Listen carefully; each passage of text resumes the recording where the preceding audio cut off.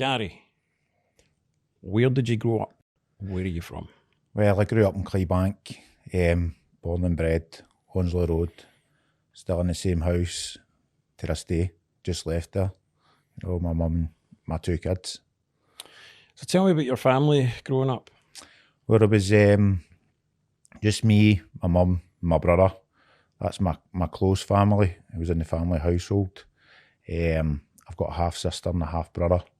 Obviously, my mum and dad split up when I was younger.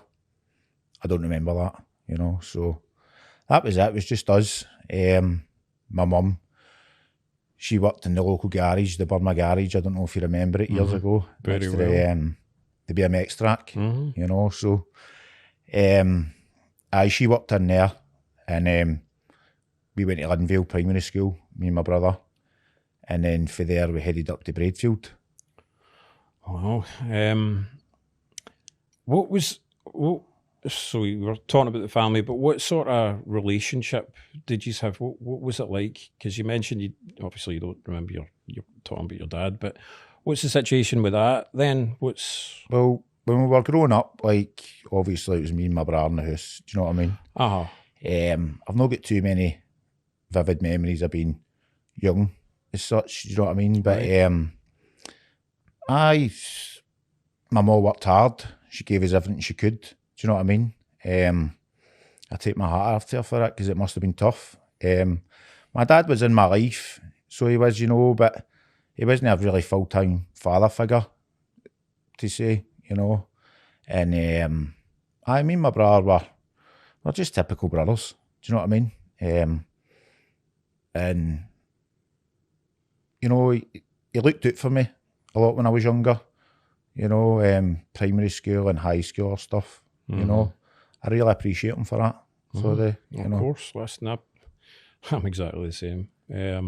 How would you describe your childhood then, as much as you can remember, of course? Aye, well, like I say, you know, nothing's perfect. Nothing's perfect or whatever, you know. And my mum done the best she could for what she had, you know. And I love her for that. I really do, because, you know, back then, you know, times were tough and stuff like that. And I remember, like, at school, you know, I used to look at others who I would say had a wee bit more. You know, I would look at what sort of car parents would drive, or what sort of clothes they were wearing, you know, and you're always in comparison to folk at a young age. These are things that you wished you had then, or were you just thinking, were you just curious, or do you think, I wish I had? I mean, obviously, like, you're just looking on the outside, you know, like what people have got, but you don't really know actually what's going on really inside with them at that time, because you're not a wee Wayne. You know what I mean? You're just, basically at that time, you know, I was just more interested in like hanging about my wee pals and stuff. And it's funny enough because obviously Bonfire was just recently, you know, and I was chatting to my man, my current partner, about it, and that was some of the best times in my life. Do you know that? It really was. There was so much emotion involved in trying to protect a wee bit of wood for another street, and everyone was involved in that. That was great. You know, it was like collecting bonfire wood with your pals. Honestly, it was the best times of my life. Looking back, and look at my wee boy and my wee lassie the now, and you know, they've not got that. No. They've not got that. They memories like that. And we were laughing because like we used to fight with other streets.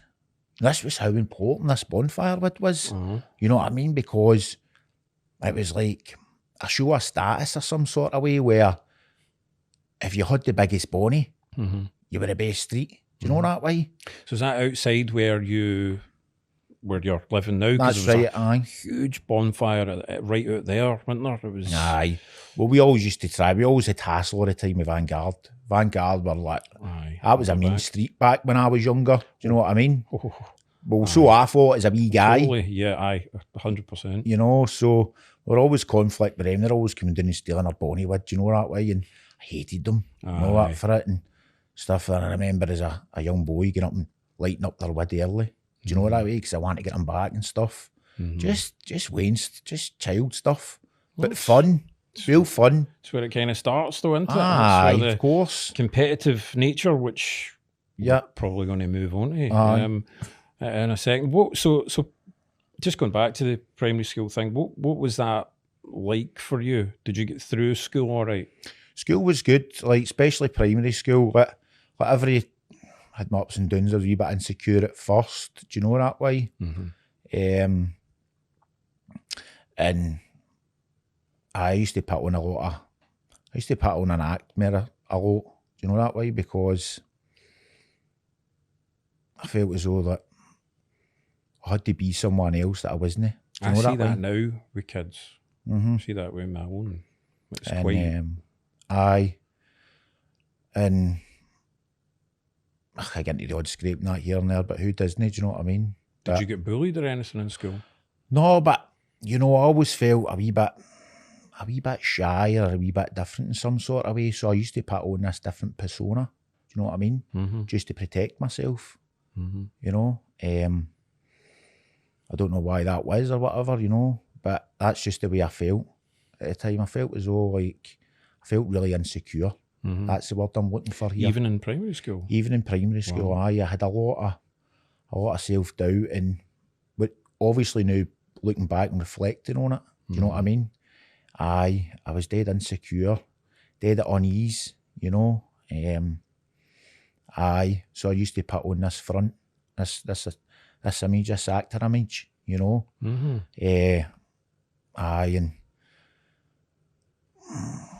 But I navigated it. Do you know what I mean? I found that when I went to high school was a bit harder than the primary school. A lot of different dynamics there. So there was, you know, because in primary school it was like,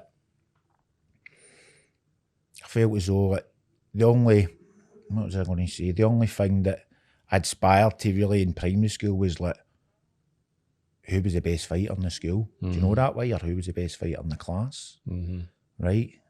And you know, it was like, I was like a lot of goal or some sort of way. Do you know what I mean? But we're putting on this front and image.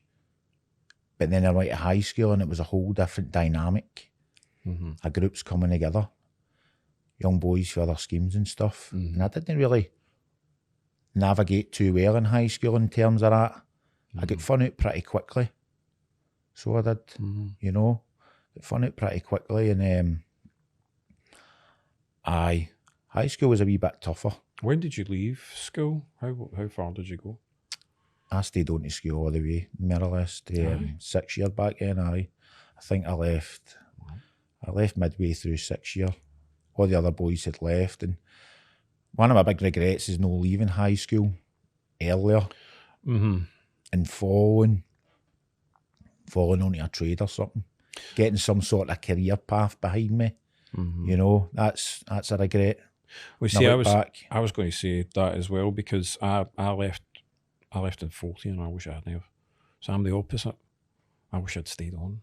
I keep saying that to the wee guy. Stay on. So when you were in primary school or even later, was there, obviously we knew what you later became, which was a boxer, but was there anything else that you wanted to be growing up? Was it just solely? It was just fully focused on that. I mean, I started high school and I basically fell into going to the boxing club. So I had, because my neighbour up the stair, he was going, and I'd been off school that day. And I met him and he said he was going to the local boxing club. So obviously I tagged along with him, but I'd always had that kind of interest in boxing for a young age. I even see it now in my wee boy, because, you know, if I said to you before, like, I used to watch Rocky, do you know what I mean? And it's dead inspirational. It really is. It's really, it lights up a firing. But what it did in me, and I can see it in my wee boy, you know, because... He's a fan as well? Oh, he loves it. He loves Rocky, he loves Creed, do you know what I mean? And even when we're doing wee pads and that together, the new, you know, we'll put the music on and stuff, Rocky music. Punch aye. And we're we can get about in the motor and listen to that sort of music. So as I was saying, like, so that was an inspirational thing. So I seen my pal that day and we went down to the local boxing gym. Do you know what I mean? And I remember going down and I was all full of that fear and that anxiety, right? Obviously, because it's a big thing for a young child to walk into a boxing gym. So it is. What age were you? I was 12, 13, round about then. And I can remember the smell of the place. And that same smell is still there today. It'll never leave it. It's an old school gym. Do you know what I mean? Blood, sweat and tears in the place. And we went in, me and my pal, and it was like, I can't really remember what we'd done that time, but what I do remember is that, you know, I felt as though I was a part of something. You know what I mean? I felt as though I belonged. I was a part of something, as if, you know, something was getting filled that was missing, you know? Like a jigsaw piece kind of Aye, you know, like, so I kept getting back to it, you know, because, as I say, why would you? Why would you know if something makes you feel good in a certain way? Do you know what I mean? So I kept getting back, and the guy who ran the gym, he took an interest in me. Do you know what I mean? So obviously, you know, you're enjoying that validation you're getting. Do you know what I mean? And stuff. So what was he seeing then? I mean, you might know, you know, want to blow your own trumpet, but what was he seeing then? What was... I don't know. I think at that time, right, obviously I'm older now, and I see coaches, I've got my wee boy and that or whatever. I think he was seeing a young boy who possibly had a wee bit of talent, do you know what I mean? And that he could help in some sort of way and bring along, because that guy's role as a coach, that's what his job is. Do you know what I mean? See someone's come through the door and bring them on as far as he can with them, basically. Do you know what I mean? Bring the best out of them, nurture the best within that industry. How long did it take before you had your first fight? It didn't take long. Right. It was so surprising. Do you know what I mean? And funny enough, the anniversary's just passed there. It was in the 6th of November. Do you know what I mean? 6th of November, 95 or 6, something like that. And I still remember the street's still there. But it was like within a month period. Did you win? No. I wasn't prepared. You know, I'd only been at the gym a month, right? But it was a test of character. That's the way I see it now, right? A test of character. We'd only went up to this place that day to get a senior at that time, we would call it. He was going up to get his medical and stuff, and then my coach is like, a chance of a wee fight here, you know? Obviously he'd seen me sparring and stuff like that, and he's like, well, I mean, we'll do it. And back then at that time, like, I never had a gum shield or anything, and you know, it was pure old school, and he took the gum shield of the other boy and remoulded it into the shape of my gum and my mouth, you know what I mean? And that was it, we were away.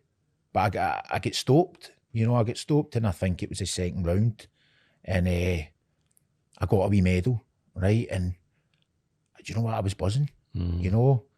And I'd always been like, remember my cousin years ago, and I used to go to his house, and he had hundreds of football trophies and stuff like that, and that was something that I wanted to, I was wanting to take them home with you, you know? And my son's like that now. He's got all my trophies that I had in the house, and he's got them up at his, but that's all right, that's my boy, you know?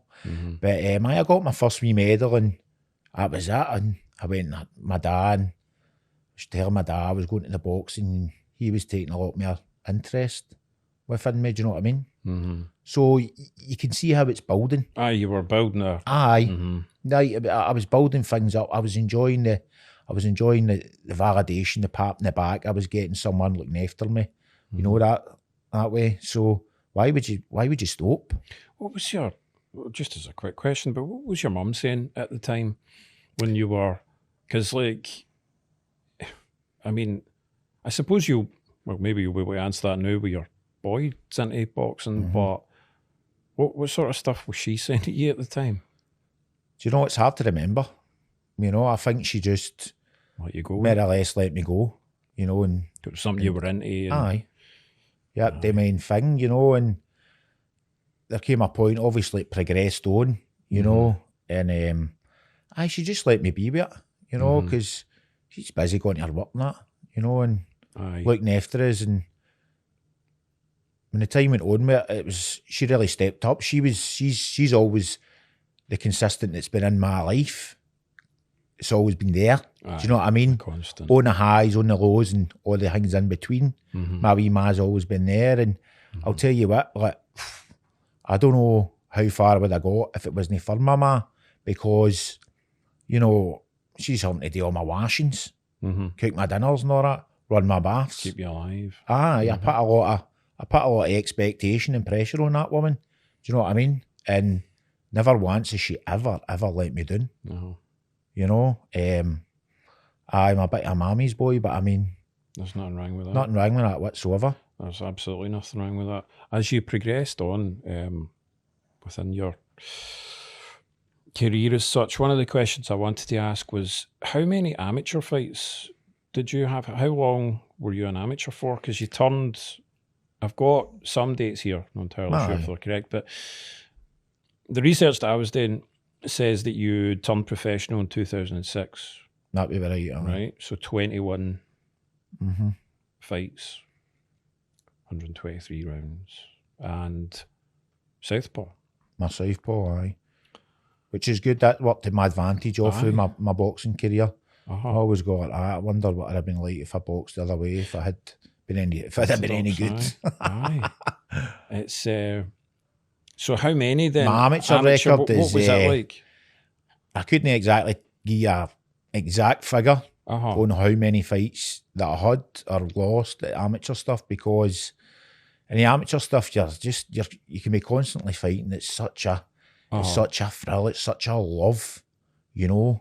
Is it very different to, because they always see interviews with people and they always say the amateur game is completely different to the professional game? Nah, it's totally different, man. You're in it for the love of it.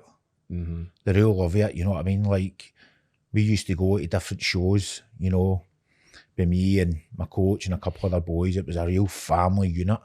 You know, you go to these shows within these social clubs, and you could go there week to week, 1 week here and then in another place the other week.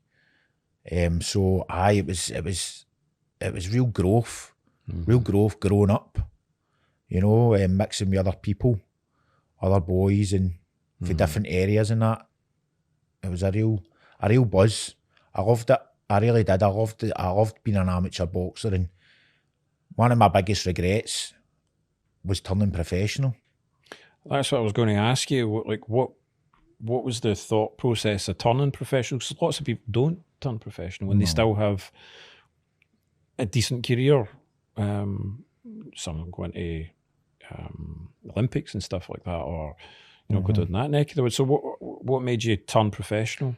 Well, at the amateurs, I had progressed through, you know, from a youth into a senior and stuff, and it's just a gradual move on.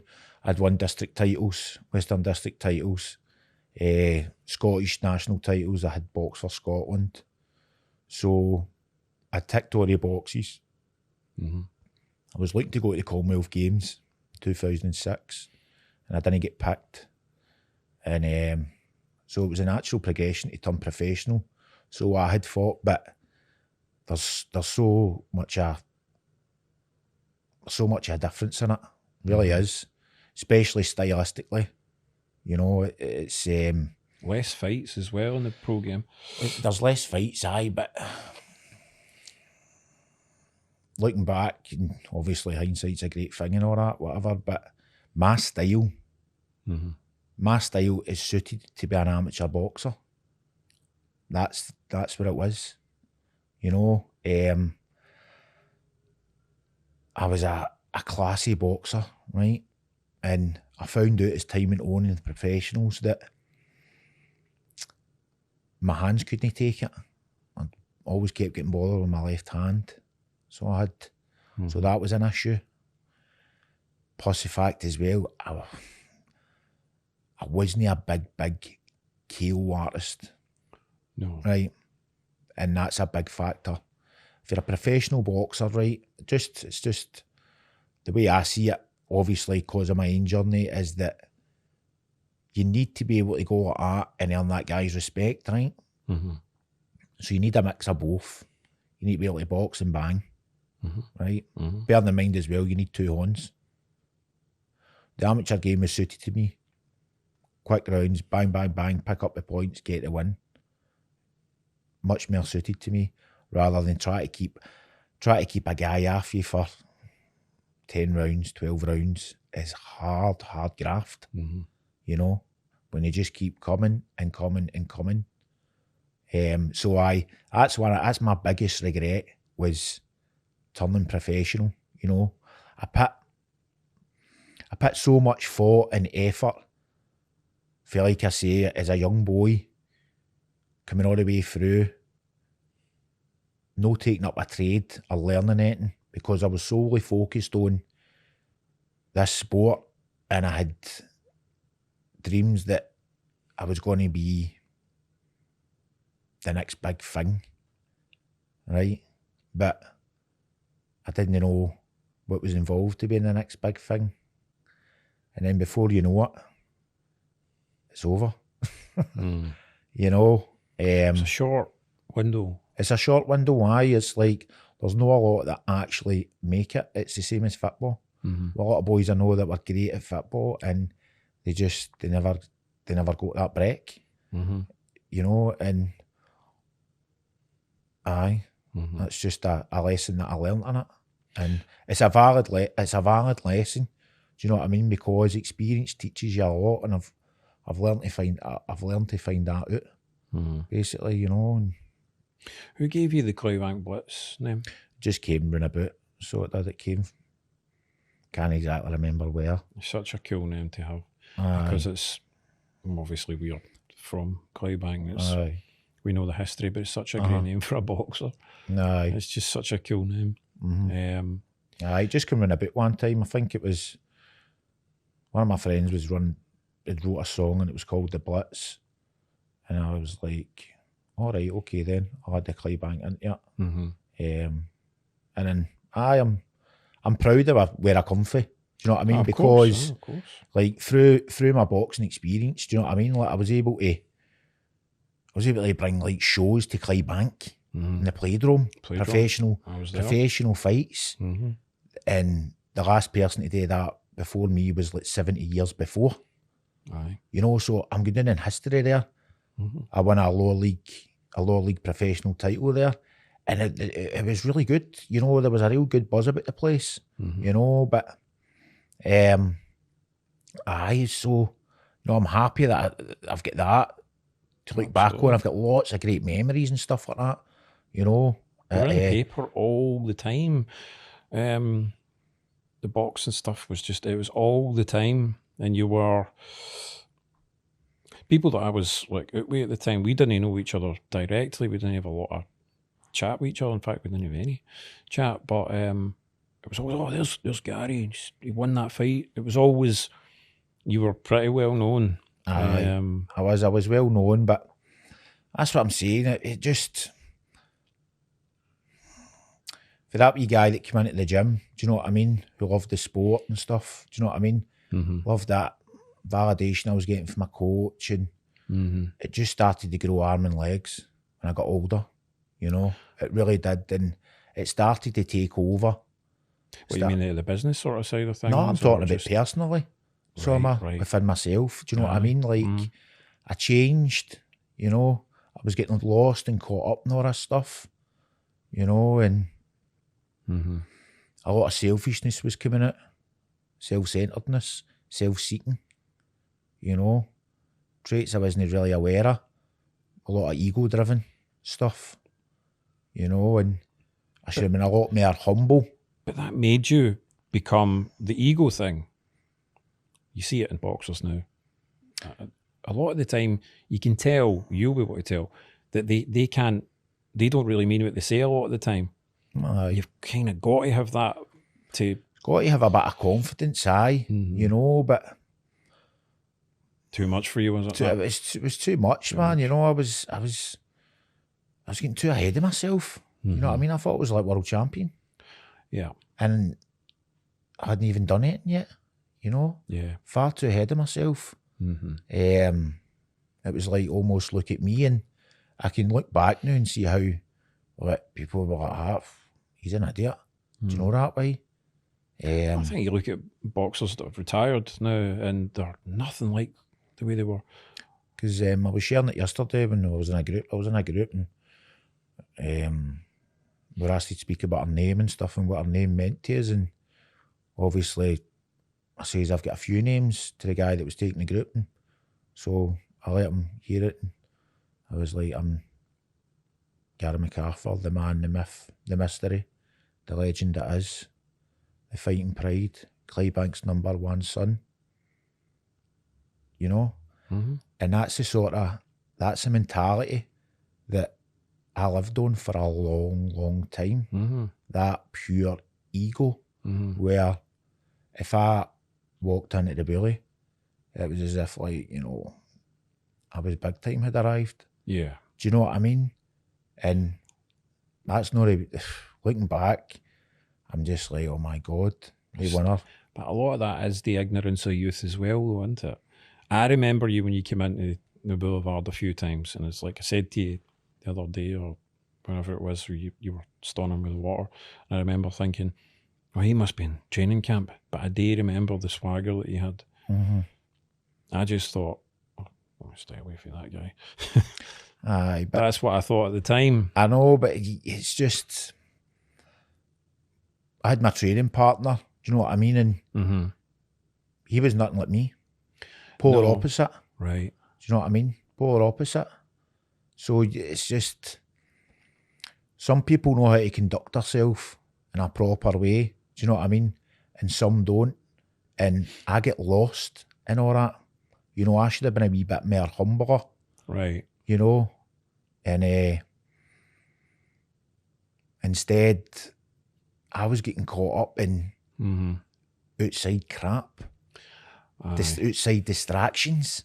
Do you know what I mean? So see, having said that then, what was it like getting into like training camps? I'm dead curious about that, because you were mentioning that to me the other time when we spoke as well.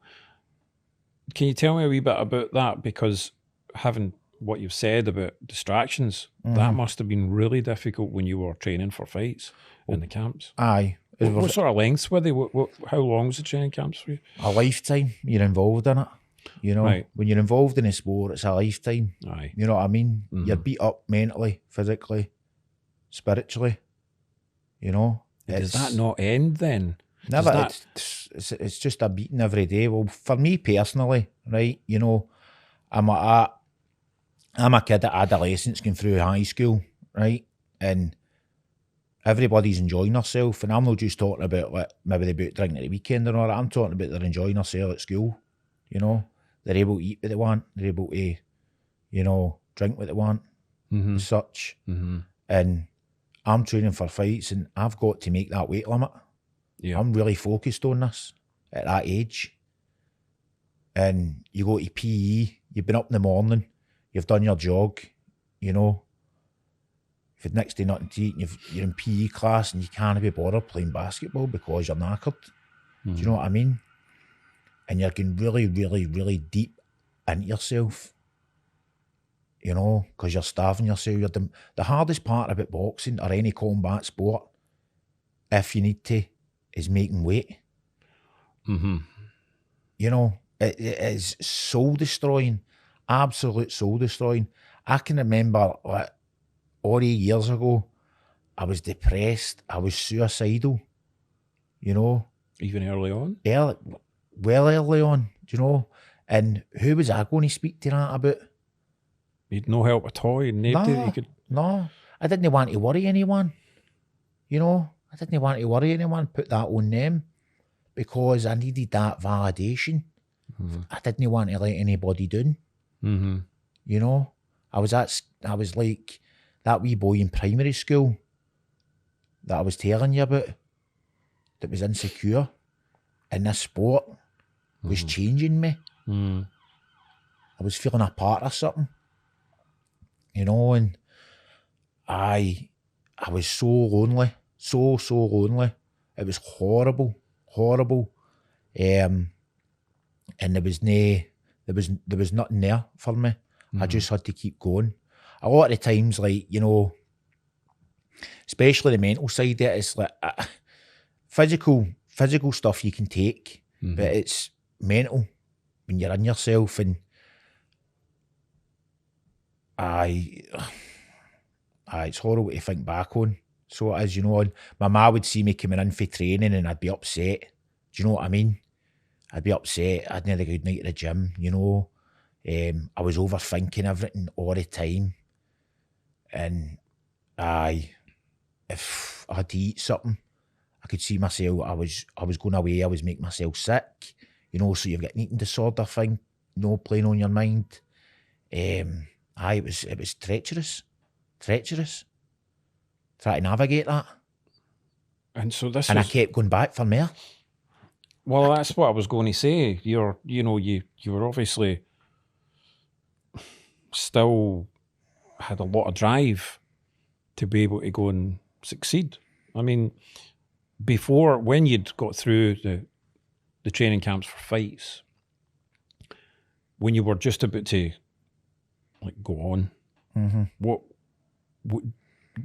did you get nerves? Were you nervous all the way, or did you just go, no, this is what we're doing and we're just had to get it done? You know what I mean? This is what I trained for, you know. And everybody gets nervous. I say this to my wee boy now, right? I mean, everybody gets nervous, but see the minute that bell went, and people told me this before, when the minute that bell goes, there is no such thing as nerves. You know why? You're too busy concentrating on what it is you need to do, and the nerves just go away. You know, and you just focus on the sole task.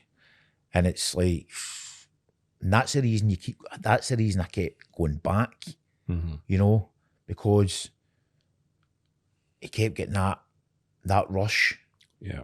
You know, it was the polar opposites about, you know, you go through all the torture and then you get a high later, but then you'd just be left and you would think to yourself, was I in a dream there? Did that actually happen? You know, did that really happen there? And that didn't really happen so much as when I was a wee amateur, you know, because I was just a wee boy. I was all still full of adrenaline. I'm talking about like these sorts of feelings like that would come after a fight in the playground. With all like thousands of people there, and there was this big build up, you know, and obviously I'm telling you about trying to make weight and stuff, and running about trying to sell tickets and just all the stuff that went with it. And you're sitting in your house and it's, man, did that happen? Is that real? Such a deflation. And you're back into yourself. So this is the real come down afterwards. Adrenaline starts coming out the body, you know. I don't know how people handle that when they've got something like that. It must be really, really tough. You watch boxers now, you look at the struggles that Tyson Fury's had, for instance. And he still struggles, obviously. But it's interesting what you're saying, because, like I say, I used to put a lot of blame. I used to put a lot of blame on that adolescent stuff, and you know, making weight, and I used to put a lot of blame on that. I really did, and it does happen. You know, I'm sure. Like, it's no nice to be putting your way through that.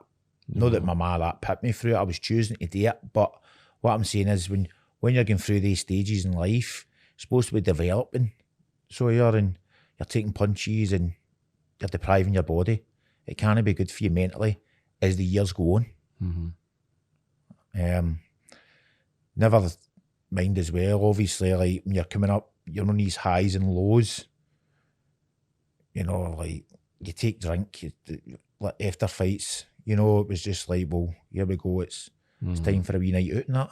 Enjoy yourself, I'm entitled to it. Yeah, because you've worked. You've worked hard for it, you know. So outside the ring then, you lived the life a bit No. I didn't live it straight. No. You know, that's another point, because I wasn't 100% committed in that. Right. Wasn't 100% committed. If you're going down that road, then you need to be all in.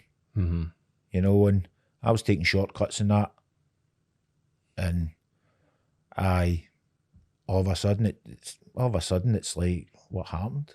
Where did that time go? You know, and sort of battle with yourself as well. Aye, of course. Sounds like for fighters. What would you say was your? I think it's hard for a fighter to say this, but what was your biggest weakness? Would you say as a fighter? No, anything that was outside. But is there anything that you would have said that I'm not so good at that, I really need to train on that, or? Put it this way, I didn't like doing circuits too much. Right. You know. So the tank sort of stuff. I didn't like doing circuits, no. All fighters are different in how they prepare. They've got likes and dislikes, you know. Some don't like going running in the morning, whereas I loved that. I loved that routine, getting up early, getting it running. You know, it'd set you really up for the day. Really set you up for the day. And pads and sparring I enjoyed, but I just mainly circuits I didn't really enjoy. That conditioning side of it. That's the only thing I could really say. And as far as I also hated, I wasn't too keen on fighting someone twice. And you got a lot of that in the amateurs. I did. And I wasn't too keen on fighting boys that were smaller than me as well. Right. You know. Hard to hit, just wiry. I just always feel as though you leave yourself open because you're punching down the way and they're just going to come up and hook you. Right? You know? And I didn't like fighting anyone twice either. And I did, you know, because it's like, you've got them once, so they know what you're going to be like the next time. Because I fought this boy who was a highly rated international at the time, right? So I boxed him and I beat him. Do you know that way? And it was like, whoa, this is a good win here. This is a real good win. And I was telling boys on the circuit that I'd beat him. And they're like, what, you beat him?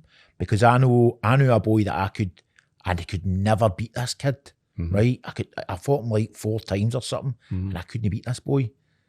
And the boy that I just beat him. Do you know that way? Boxing's funny like that. So it is. You just on the night kind of thing. It's just bogey, man. So it is. And then I had to go and fight this boy again. I fought him again. It was like either the following week or the week after, and he beat me. Do you know that way? Because he didn't realise the first time when he fought that I was a southpaw. You know, that worked to my advantage, but now I'd box him again and he knew he was a southpaw, so he changed things up a wee bit. But boxing's like that. There was people that I couldn't beat and someone else would beat them, then I would beat them. It just happens that way. There's no really explanation behind it whatsoever. How did you handle losing? When I was younger, it was hard. No, you're a wee boy, you're all full of emotion and that. It was tough, but you just got up and dust yourself back down and just got on with it again, you know, because this is a game you're in. And like I said before, it was, you know, I was enjoying being part of something. Aye. You know, I wasn't wanting to throw it away. You know, it was, let's just say it was like a drug, more or less. It was a drug. It was like an addiction. And it was like an addiction, you know, because I was getting what I needed out of it, you know, and that's the reason I kept it going for so long, you know. You got to a point where your fight, which we spoke about earlier, but prize fighter. Aye. And you had a good sort of story about how that they came up with that and how it happened, but that was on Sky. I remember sitting watching it, and it was it 25 grand purse? 25 grand purse, aye. The biggest money that you're ever going to get, because I was fighting small hall shows, and you know, small hall shows you're getting like in between 12 and 1500. You know, even though I could be packing at the Playdrome and selling thousands of tickets, and You've done all that work. You're not getting much of that purse whatsoever. No. You've got deductions off that as well on top of it. So the prize fighter was a right big pot of gold, and everyone wanted a piece of that pie. Well, it was everything as well, because it was, like I say, it was TV. Sky, aye. You had Adam Smith was doing commentary. At one point, you had Johnny Nelson saying, Gary McArthur's going to take this. Now, the first fight, you ended up coming away with a cut aye. above the left eye. Before you went into the second fight, 'cause it was 3-minute rounds. 3-minute rounds, aye. Yeah. What were you thinking when you were just about to go in and start fighting? It was Burke, wasn't it? That's Stephen right, Burke. aye. What were you thinking, if you can remember that far back, but what were you thinking about this? Were you worried about the cut on the left? No, I wasn't worried about it whatsoever, do you know what I mean? I was just obviously concentrating on the next round, and I didn't think I was obviously going to get another cut, which is unfortunate. Aye, because you clashed. Aye, fighting's like that. You can't predict what's going to happen. I know, looking back on it, like, for business sense. Yeah. For business sense, it was made right that I went into the next round. Yeah. Because in any normal fight, you wouldn't go into a fight with a cut. No. But my money jumped for X amount up to another amount. So for everybody involved, for me and my manager at the time, it made sense because you're doubling up your money. So basically, we were in a no-win situation. Do you know what I mean? No. Like, see, when money's involved, things start changing. Your outlook starts changing, and that's what happened when I started. When I turned professional, for the wee guy who just loved hanging about with his trainer and the boys, going to fights and social clubs and that. Pressure. Right, now it's about money. So it is. Business. Starting to focus on dough. How many tickets you selling? And I was lucky enough that I had a lot of people that bought tickets, so I got a percentage off that. And you had a good following. Aye, I had a good following. Had a good crowd behind me that backed me. And I got a good percentage of ticket sales, which bumped up my purse money. So it's a big incentive to sell tickets. But it's a real graft. I bet it is. It's a real graft, it's like you're forcing these tickets on folk and then try to collect all the dough in. I were fighting in the Playdrome and I were having to run about and collect in 10 grand the night before a fight. Aye, that's pressure. Too much pressure. So it seems that you didn't have a lot of, like, see, these days with boxers, they've at any level, if they've got a promoter or whatever, they've got a lot of help. Like things like that, they don't need, like Johnny Fisher, for instance. I don't know how well you know about him, but he's like a huge seller, ticket-wise. That's how he is where he is. Promoters like guys that can sell tickets and that or whatever. Yeah. But I like, everybody starts out in small hall shows till they get built up. My manager at the time, was really good to me. I cannot fault him in any sort of way. No. Ain't ever asked him. He done for me.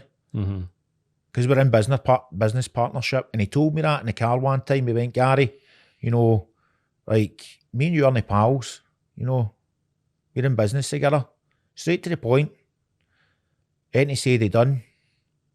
Any money he said he was going to give me, he done it. I can't fault the guy on that. And I can. He was good to me. But the fight, the prize fighter thing, you didn't lose. The fight was stopped because of the cut on the forehead. It's clashed heads, and that was it. And it was, as I say, on the telly. That, had you went on and won the next fight, obviously you would have got the 25 grand, but you would have been in line for the Commonwealth title. Is that right? I could have got shot at the Commonwealth title at that time, I was talking at the paper, and that never happened. A lot of things after that prize fight, I just seemed to go south. So I did after that. Well, that's what I didn't really get to that, back to that peak, as they would call it, in sport. Everything just went down the way. But I had a lot of things going on in the lead up to that prize fighter. A lot of personal stuff. Do you know what I mean? Relationship and that. My conduct.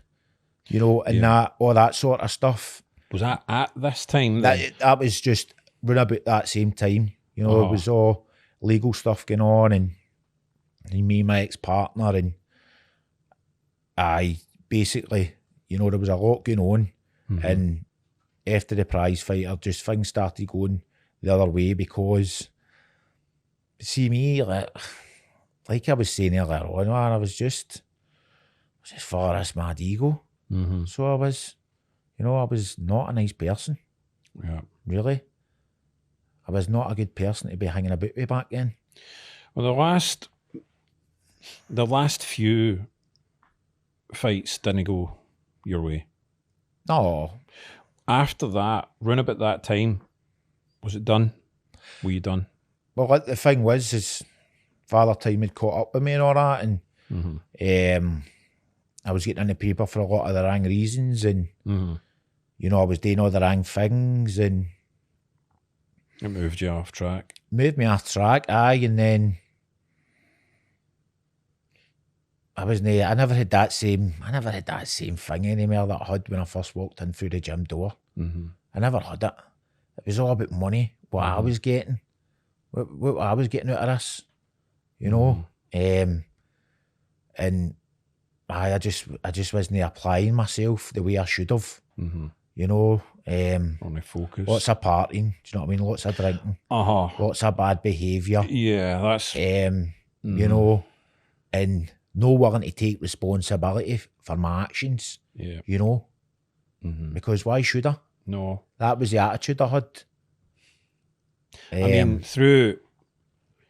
for what you're saying, like drugs and alcohol, right? Aye. The elephant. So, what was the situation with that? Was that throughout things with boxing, or it was a constant? It was a constant. From when? So it was, I would say, for like back when I was like, say my early 20s, you know what I mean? Right. Early 20s. It was a wee bit here and a wee bit there, you know? Two lives kind of thing. Aye, I was leading two lives, aye. I was trying to portray this image as being a, you know what I mean, professional fighter or top class amateur, you want to say, and yeah, you know, I was dabbling in ecstasy and, you know, drinking, basically. Well, through that you've had some low points, I would say, and obviously entanglements with the law. Aye. Can you tell us about this? Well, aye, I can. I've had a few entanglements with the law, obviously, like through my drinking and stuff. And when I was 21, I had just won my first big amateur title, and I was out celebrating my 21st birthday, and I was involved in an incident at a nightclub. And the result of that was that I was sent to prison for a year. That was my first spell in Low Moss. Back then, I didn't think the drinking drugs was an issue, you know, and I didn't live for it, you know. Get into a relationship, and in the relationship I've been in, I've always been very insecure, you know, really insecure, and all the insecurities would all come out in the wrong way, you know. And would it not matter what was said to you? No, it didn't matter. No, I had my own ideas. I had my own ideas on things, and I could never see the truth. And I could never see the truth. And looking back on it, like the now, I see the truth now on it. You know. So I believed my own lies that was going on. You know, I believed my own lies, and I just was not a nice person. I was not a good partner. There I was, and it's only up to recently that I've changed, and like I've got kids and that, obviously, and that never changed me either. You know, as much as I always thought that I was looking for something in all these years, obviously in boxing and stuff, and then I was still wrapped up myself and have children, and that will bring me together, and that brought the same pressures and stuff. And then I was in prison again 5 years ago there, and How long was that? that was a full year. You know what I mean? And that was hard because I had kids at that point. Mm-hmm. You know, and it was like the worry and stress about it, like, you know, what I'm going to tell them and stuff. And it's all out the open now. Mm-hmm. My wee boy brought it up to me. Right. Not so How did long you ago. handle that? What did you? I was alright, you know, I was a bit shocked at first. So I was wee Max, but aye, he really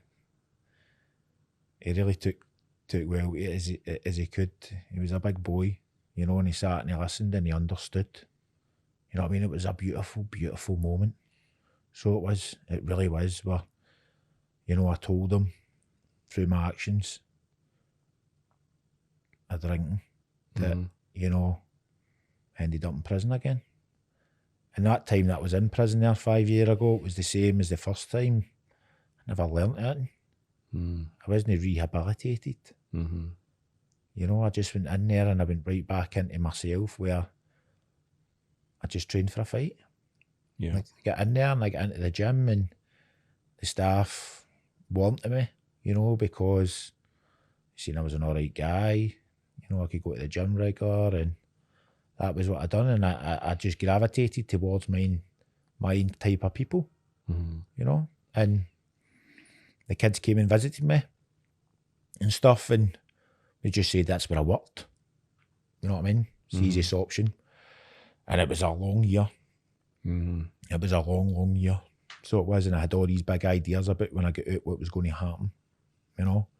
And that never turned out, you know.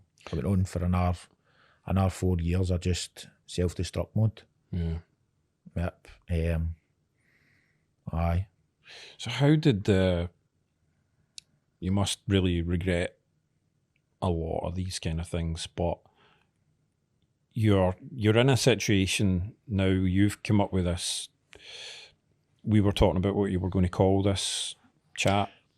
You called it Fighting for Recovery. Aye, Fighting for Recovery. I've been trying to get... Aye. Aye, what does it mean to you? Like, it means a lot, because like, I've been trying to get sober for 20 odd years. Do you know what I mean? Like, that just shows him. You were talking about earlier on, you know, about when I started obviously drinking and dabbling with drugs, is like, I've been trying to get sober for 20 years, on and off, through 3 relationships. Do you know what I mean? And every time I tried it, I wasn't doing it for myself, I was doing it for others, or I wasn't putting enough work in. Does it feel different now? Oh, totally different. It really feels different. I've really accepted it. It actually gives me a fear. I spoke to my sponsor on it, and gives me a fear that, you know, and it's a good fear, that I don't want to be picking up another drink. No. I can't afford to. My life really depends on it, you know, because my life was absolutely chaotic. So you try to hold all that together. It was so tough, mentally, spiritually, you know. I couldn't go back to it. There was options on the table, you know, and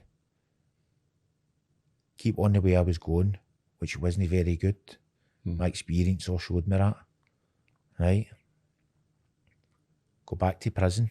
My experience shows me that didn't work either. You know, it really didn't. One of them there was take my own life, which is something that's I've tried a couple of times in the years I came in through, and the last option was the best option that I took, was get myself into a wee residential, get myself away for life, and really throw myself back into this fellowship, you know. Put my horn up and ask for help. Show a wee bit of strength. Drop all that pride, drop all that ego, you know. Show your strength, Gary, ask for help, it's all right. People's going to help you. 15 months ago, that's what I done. And wow, man, I wake up every morning happy. You know, I've got peace in my life when I wake up in the morning. Could see the guy for years and years. He woke up miserable. So he did, depressed. He hated life. He hated everybody in it. He wanted to destroy people, to cause drama, all these things. And I don't have that today. Do you know what I mean? Aye, it's an absolute miracle. My personal relationships are good. I mean, really good. My ma, my current partner, my kids, you know, people I work with, all really good. Any job I've had there recently, in the past 15 months, I've never missed a day at work. Do you know what I mean? You got more of a zest for life now. You've Aye. rather than destruction. Aye. And the last one, and the best one at them all, I don't wake up thinking about suicide. Do you know what I mean? Like, my mental state is really, really good, you know? And I've had a bad mental state for all the years. Because I was too feared to talk about it. You know? And it only get worse as the years went on. Obviously, battering, drinking substances and tapping never done it any good. And that's what I was saying. I always blamed all that stuff for boxing. Oh, I'm depressed, and any sort of excuse, rather than to look at myself, to look at me, you know. No chance, it can't be me. It turns out when I took a real good look at myself with someone, things started to change, you know. I had to own up to everything that I had done. Me, you know. No, because I had made up a lie within my head because I didn't feel good enough for my partners. Do you know what I mean? No making up that lie. So I would treat them like crap. You know? But you must see now that from then you're a much better person. Aye. You must see that now. Aye, definitely. I mean, I've walked away from a few situations recently that I would never have walked away from before. My pride and ego would have took right over, and I'd be right back in the nick. What for? Because I'm feared of what other people think of me. Because that's been a big drive for me for years and years. What do they think of me? You know, am I smart enough? Am I a better fighter? Do you know what I mean? What others think of me, about me was so important, rather than the people that loved me, that generally loved me, but I didn't believe that they loved me. Aye. You know? You couldn't see the wood for the trees kind of thing. No. Yep. But you do now. I do now. And I've got the ability now. I mean, I've just been given a great wee job opportunity, change a career. You know, it's only voluntary, but this is the road I want to go down. So it is. Help people, help the community. I'm looking to get together a wee group in regards to bringing recovery, people that are suffering the way I suffered. And I've got these skills, you know, of teaching people boxing and how boxing's good for you. Boxing gave me a lot of good things. You know what I mean? I've been on here as if it's given me a lot of bad things. Oh, of course. Gave me a load of good things. So it did, you know. A lot of good structure. You know what I mean? A lot of good disciplines. A lot of knowledge, you know. How to connect with people. So it did. It gave me a lot of really, really good things that I forgot about because I was too wrapped up in all the negatives on it. So what experience that you've had that it's really great that you're willing to put the positive experience out. And obviously you'll be able to look at the negatives and weigh everything up. But I think the fact of the matter is that you're not that person anymore. No, I'm so glad that I put my hand up and asked for help. Really did. Because it was not working out well. It really wasn't. All my experience through my whole life, do you know what I mean? It showed me that.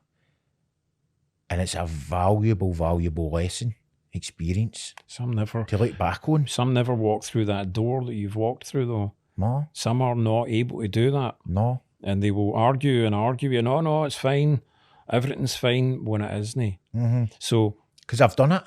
Yeah, of course. I've done it. Like, you know, I would never look at my drinking. Do you know what I mean? As being a problem. No. You know, I wouldn't look at myself as being the problem. Take that away, that drinking these substances, and I'm left with myself, right? And I find out that, you know, I'm still irritable, I'm still discontented, you know, I'm still looking. I'm not conducting myself right. I'm still losing the plot, you know.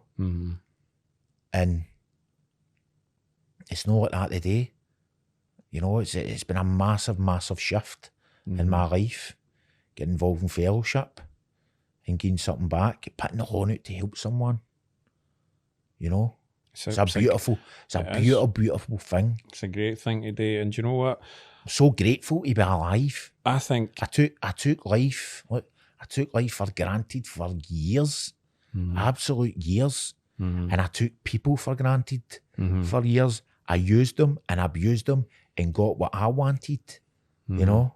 And I can see the truth in that today, and I can't forget that. No, you know, I accept it all, you know, but I can't forget it because if I stop for 1 minute doing the stuff that I've been doing for the last 15 years, I'm in trouble. Because see that old person, he lies in there. He's just sitting waiting to come back out at any opportunity.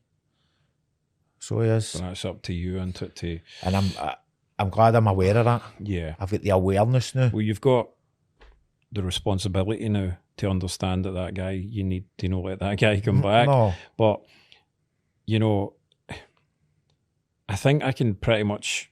Well, hopefully, I can speak for a lot of people that are really close to you that will tell you that they're really proud of the fact that you've come on and done this. Aye, lots of people have. I really hope you get a lot of positivity put through to you, because you seem to be getting quite a lot of that. And I just want to say thanks for doing thanks it, for having us, you know, really do. Thanks for having us. I'm just out every single day. I'm just out trying my best, like everybody else. Try to give a wee bit back. Be a good father, you know, be a good role model, help somebody. Because, as I say, I don't want to be going back the way. I've done too much. No. It's just, it isn't worth it. Thanks, Gary. Cheers. Appreciate it.